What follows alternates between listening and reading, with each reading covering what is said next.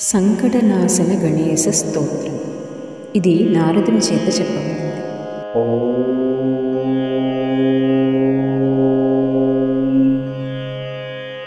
ప్రణమ్య శిరసా దేవం గౌరీపుత్రం వినాయకం భక్తావాసం స్మరేన్నిత్యం ఆయుః కామర్థసిద్ధయే ప్రథమం వక్రతుండం చ ఏకదంతం ద్వితీయకం తృతీయం కృష్ణపుంగాక్షం గజవక్త్రం చతుర్థకం లంబోదరం పంచమం చ షష్టం వికటమేవ చ సప్తమం విఘ్నరాజం చ ధూమ్రవర్ణం తథాష్టమం నవమం ఫాలచంద్రం చ దశమం తు వినాయకం ఏకాదశం గణపతిం ద్వాదశం తు గజాననం ద్వాదశైతాని నామాని త్రిసంజ్ఞం యః పఠేన్నరః న చ విఘ్నభయం తస్య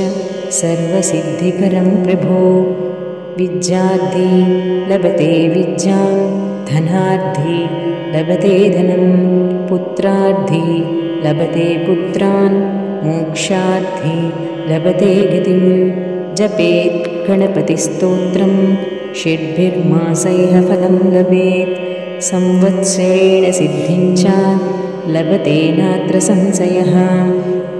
అష్టాభ్యో బ్రాహ్మణేభ్యశ్చ లిఖిత్వా యః సమర్పయేత్ తస్య విద్యాత్ భవేత్ సర్వా గణేశస్య ప్రసాదతః.